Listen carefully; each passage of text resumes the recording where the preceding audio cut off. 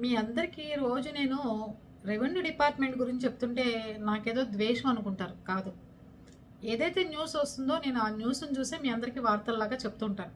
పలానా చోట ఇలా జరిగింది, పలానా చోట ఇలా జరిగింది. అలాగే ఇవాల్టి పేపర్‌లో ఏమని ఏసారంటే, రెవెన్యూలో అర్జీలకు మోక్షం ఏది?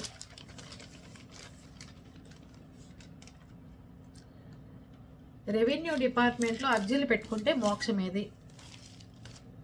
దాంట్లో కూడా మేము బాధితులం. అంటే మా ఫాదర్ అనమాట. 177 అనే నెంబరు మా తాతగారు 150 ఎకరాల కొడుకులకు పంచుతూ మా నాన్నగారు ఒక్కరికే రాశారు 177. అయితే ఈ మధ్యకాలంలో ఒక మా బాబాయ్ కొడుకు ఒకడు దాంట్లో మాకు కూడా 177 ఉంది, మీ పొలం కల్పించండి అని వచ్చాడు. అక్కడున్న రెవెన్యూ అధికారులు ఏం చెప్పాలి? నీ ఒరిజినల్ దస్తావేజులు తీసుకురా, వాళ్ళ ఒరిజినల్ దస్తావేజులు తీసుకొచ్చి నాకు కనిపించమనండి అని చెప్పాలి. అప్పుడు రంగు బయటపడుతుంది కదా. వాళ్ళు తాతగారు రాసిన వీల్నామాలో జిరాక్స్ తీసుకుని దాంట్లో 177 దిద్దుకుని ఎంఆర్ఓ ఆఫీస్లో కంప్లైంట్ పెట్టారు. నేనేమంటానంటే, మీ అందరికీ కుటుంబ విషయాలు చెప్పాలని కాదు, మీరు మెలకువగా ఉంటారని చెప్తున్నాను. ప్రతి విషయంలోనూ వాళ్ళకి కంప్లైంట్ పెట్టారు. 177లో నాకు కూడా 2 ఎకరాల భూమి ఉంది అని పెట్టాడు. పెట్టినప్పుడు రెవెన్యూ డిపార్ట్మెంటు వాళ్ళని మమ్మల్ని పిలిచి మాట్లాడాలి. అది చేయలే. అసలు వీడు దస్తావేజులు తీసుకురా, నీ ఒరిజినల్ దస్తావేజులు, వాళ్ళ దస్తావేజులు జిరాక్స్లు నాకు పంపించండి అని చెప్పాలి. అది చేయలే. కానీ వాళ్ళు 177 నెంబరు మేము కంప్లైంట్ పెట్టాం, దాన్ని ఫోర్జరీ చేశారు, మా తాతగారి దస్తావేజుల్ని ఇలా రాసుకొచ్చారని కలెక్టర్ గారికి ఒకటి, ఆర్డీఓ గారికి ఒకటి, ఎంఆర్ఓ ఆఫీస్లో ఒకటి, విఆర్ఓకి ఒకటి, తహసీల్దార్కి ఒకటి పెట్టాం. పెడితే అప్పుడు ఏమైంది, వాళ్ళు అవునా ఇలా జరిగిందా అంటే, ఇతని చేత ఎవరైతే పెట్టించిందో బాబాయ్ కూతురు అది చెప్పింది, తప్పైపోయిందండి, ఇంకోసారి ఇలా జరగదు, వాడిని అనవసరంగా తీసుకొచ్చాను, ఇంకోసారి వాడిని తీసుకుని ఎంఆర్ఓ ఆఫీస్కి రానని చెప్పింది. కానీ ఆ 177 కంప్లైంట్ అలాగే ఉంది. కానీ రెవెన్యూ డిపార్ట్మెంట్ ఏం న్యాయం చేసింది? ఏం న్యాయం చేయలే. వాళ్ళందరికీ పొలాలు అమ్మేసుకుని ఖచ్చితంగా 20 ఏళ్ళు అయింది. ఎవరి భూములు వాళ్ళకి, ఎవరి సరిహద్దులు వాళ్ళకి, ఒక ఏరియాలో ఒకరికి ఇస్తే ఆయన ఇంకో ఏరియాలో ఇంకోళ్ళకి ఇచ్చారు. ఎవరి పొలాలతో సంబంధం లేదు. 177 మాకు రాశాడంటే ఇంకెవరికి రాయలేదు ఆ ఏరియాలో. అలాంటిది పట్టుకొచ్చి రెవెన్యూ డిపార్ట్మెంట్ కంప్లైంట్లు ఇస్తే ఇట్లాంటివి తొందరగా తీసుకుంటారు. అదే మాకు నిజమైన పొలాన్ని మీరు పోరంబోకు గవర్నమెంట్ ల్యాండ్ అని చెప్పి ఆన్లైన్లోకి ఎక్కించారయ్యా, అది మాది, తాత ముత్తాతల నుంచి 300 ఏళ్ళ నుంచి మాదే పొలం అని చెప్తే దానికి సమాధానం ఉండదు, దానికి ఏం చేయరు. ఇది అర్జీలు పెట్టుకుంటే మోక్షం ఏది అని వాళ్ళ ఈనాడు పేపర్లోనే రాశారు. అర్థమైందా? రెవెన్యూ డిపార్ట్మెంట్ వాళ్ళ దగ్గరికి వెళ్ళి మనము ఎంత మొర పెట్టుకున్నా విఆర్ఓ, ఎంఆర్ఓ, తహసీల్దార్, ఎంఆర్ఓ గారు చెప్తున్నారు, మొన్న ఎక్కడో విన్నాను, ఎవరో చెప్తున్నారు మన ఫాలోవర్లే, విఆర్ఓ తహసీల్దార్ చేసేస్తే నాకు అభ్యంతరం లేదు, నేను చేసేస్తాను అని చెప్తున్నారండి. కానీ వాళ్ళిద్దరూ చేయరండి, మా అమ్మగారికి మా నాన్నగారి తదనంతరం పాస్బుక్ రావాలి, అది రావటం కోసం నేను అడుగుతుంటే ఇలా సమాధానాలు చెప్తున్నారు అంటున్నారు.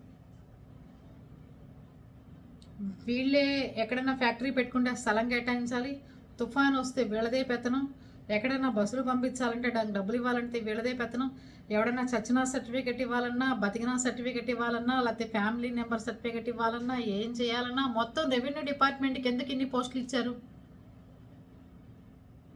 ఒక్కళ్ళు సరిగ్గా లేరు దాంట్లో.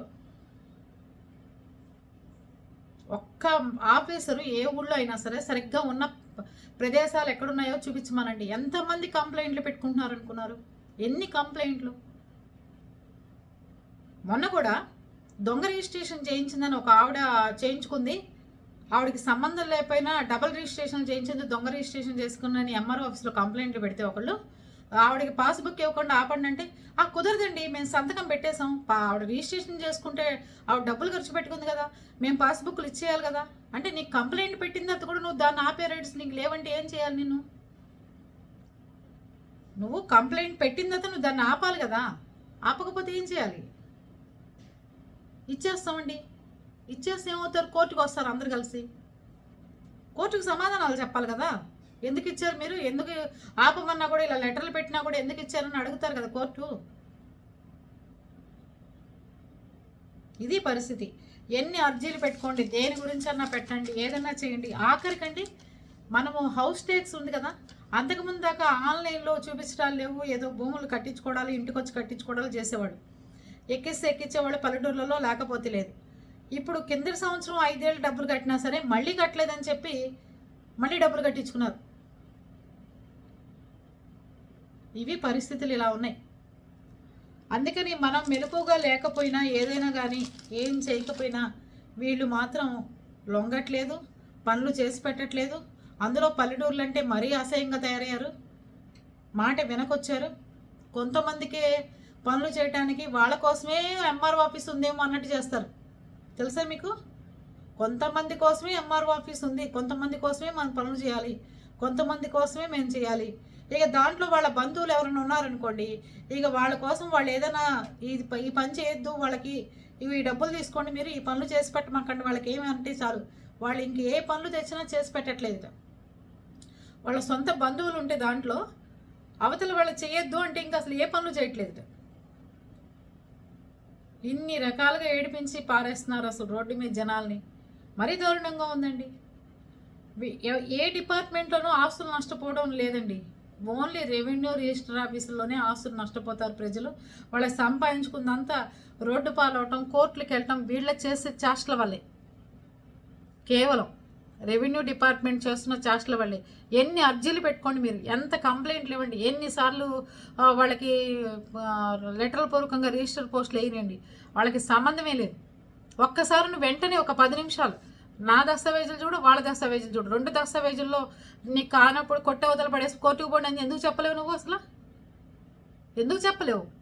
ఇక్కడ ఫ్రాడ్ జరిగింది, నువ్వు చేసావు ఇలా తప్పు, నువ్వేంట్రా నీ దగ్గర 177 లేదే నువ్వు ఎందుకు వేసుకొచ్చావురా అని చెప్పి నువ్వు ఎందుకు అడగలేకపోతున్నావు?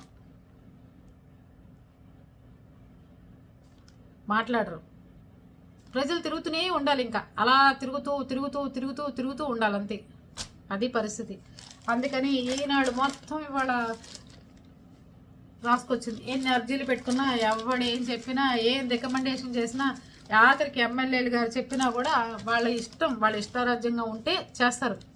లేదంటే ఎవరు మాట వినేటట్టుగా ఎక్కడ లేదు ప్రపంచంలో. వాళ్ళు రెవెన్యూ డిపార్ట్మెంట్ని మార్చేవాళ్ళు లేరు. రెవెన్యూ డిపార్ట్మెంట్ వల్ల నష్టపోవటమే తప్ప ప్రజలు లాభపడుతున్నది ఎక్కడ కనిపించలేదు. వాళ్ళకి ఇష్టమైతే ఒక రూలు, వాళ్ళకి ఇష్టం కాకపోతే అసలు రూల్స్ అన్నీ ఎక్కడి నుంచో వచ్చేస్తాయి. ఇంకోటి చెప్పమంటారా, మీకు ఎప్పుడైనా వాళ్ళ మీద కంప్లైంట్ పెట్టామనుకోండి, మళ్ళీ వాళ్ళకే వస్తుంది కంప్లైంట్ టేబుల్ మీదకి. మనం ఒక మనిషికి కంప్లైంట్ పెట్టామంటే పై అధికారిని, మళ్ళీ వాళ్ళని పిలిపించి అక్కడికి పిలిపించాలి, ఒక ఆర్టీఓ ఆఫీస్కి. అలా కాదు, ఆర్టీఓ ఆఫీస్లో కంప్లైంట్ పెడితే మళ్ళీ తిరిగి రెవెన్యూ డిపార్ట్మెంట్ దగ్గరికి వస్తుంది, ఎంఆర్ఓ ఆఫీస్ దగ్గరికి వస్తుంది. వాడు ఏం చేస్తాడు, ఆ కంప్లైంట్ రాగానే పక్కకు పడేస్తాడు. ఇంక మనం ఇచ్చిన కంప్లైంట్ ఏది? పై అధికారులకు మనం కంప్లైంట్లు పెడుతున్నాము అంటే ఏం చేయాలి? వాళ్ళని మనని పిలిపించి ఎంక్వైరీలు వేయాలి. దానికి ఒక డిపార్ట్మెంట్ లాగా ఒక మనిషిని పెట్టుకోవాలి. మళ్ళీ తీసుకొచ్చి దొంగ చేతికి తాళాలు ఇచ్చినట్టు మళ్ళీ వాళ్ళ దగ్గరికి ఆ టేబుల్ మీదకి మన కంప్లైంట్ చేరితే ఏమన్నట్టు? ఆ కంప్లైంట్ డస్ట్బిన్లోకి పోతుంది. నువ్వు ఎన్ని పెట్టుకుంటే ఏం ఉపయోగం? ఇది నేను చెప్పింది కరెక్టా తప్పంటారా? చూడండి మరి మీరు కూడా కామెంట్ బాక్స్లోకి వచ్చి. ఎవరికైనా జరిగినా ఇలాంటివి పాస్బుక్ల విషయంలో ఇంట్లో పెద్దవాళ్ళు ఎవరైనా చనిపోతే ఆ పాస్బుక్ రావడానికి, వాళ్ళ పేరున మారటానికి, లేకపోతే ఫ్యామిలీ నెంబర్ సర్టిఫికేట్ రావడానికి కానీ, ఏదైనా కానీ చుట్టూ తిరిగి తిరిగి తిరిగి తిరిగి కాళ్ళు అరిగిపోతాయి. వాళ్ళు చేయాలనుకుంటే 2 నిమిషాలండి, చేయకూడదు అనుకుంటే ఎన్నేళ్ళైనా చేయలేరు. అది పరిస్థితులు. కొన్ని విఆర్ఓ చేసేస్తాడు, కొన్ని తహసీల్దార్ చేస్తాడు, కొన్ని ఎంఆర్ఓ చేస్తారు. ఇవన్నీ చేయకుండా ఆపేసినవి కూడా బోల్డ్ ఉంటాయి. బంధువుల కోసం వాళ్ళని వదిలేసి వాళ్ళని ఏం చేయమాకండి వాళ్ళకంటే ఆపేస్తున్నారు. అది పరిస్థితులు. చాలా మూర్ఖత్వంగా ఉన్నాయి, చాలా ఇబ్బందికరంగా కూడా ఉన్నాయి. అది పరిస్థితి. తప్పెవరిదో ఒప్పెవరిదో తేల్చండి, పొలం ఎవరిది కాదో తేల్చండి. అంతేగాని అక్కడ పేపర్లు పడేసి పక్కన పడేస్తే ఎన్నాళ్ళని మీ చుట్టూ తిరుగుతుంటారు, పనులు పాటలు ఏమి ఉండవా? అందరూ అమెరికాల నుంచి, బెంగళూరు నుంచి, వైజాగ్ నుంచి, ఎక్కడెక్కడి నుంచో వచ్చి ఎంఆర్ఓ ఆఫీసులో సాటర్డే కూర్చుంటే వాళ్ళకేమో సాటర్డే హాలిడేస్, ఆదివారం ఉండదు, సోమ మంగళవారాలు కూర్చుని ఆ ఎంఆర్ఓ ఆఫీస్ చుట్టూ తిరిగి తిరిగి తిరిగి పోతున్నారు పాపం అందరూ. అందరూ ఉద్యోగాలు చేసుకునే పిల్లలు పాపం తల్లిదండ్రులు చనిపోతారు, పాస్బుక్లు రావట్లేదు, ఏడిపిస్తున్నారు, ఇబ్బంది పెడుతున్నారని చెప్తున్నారు. అది పరిస్థితి. మీరేమంటారు?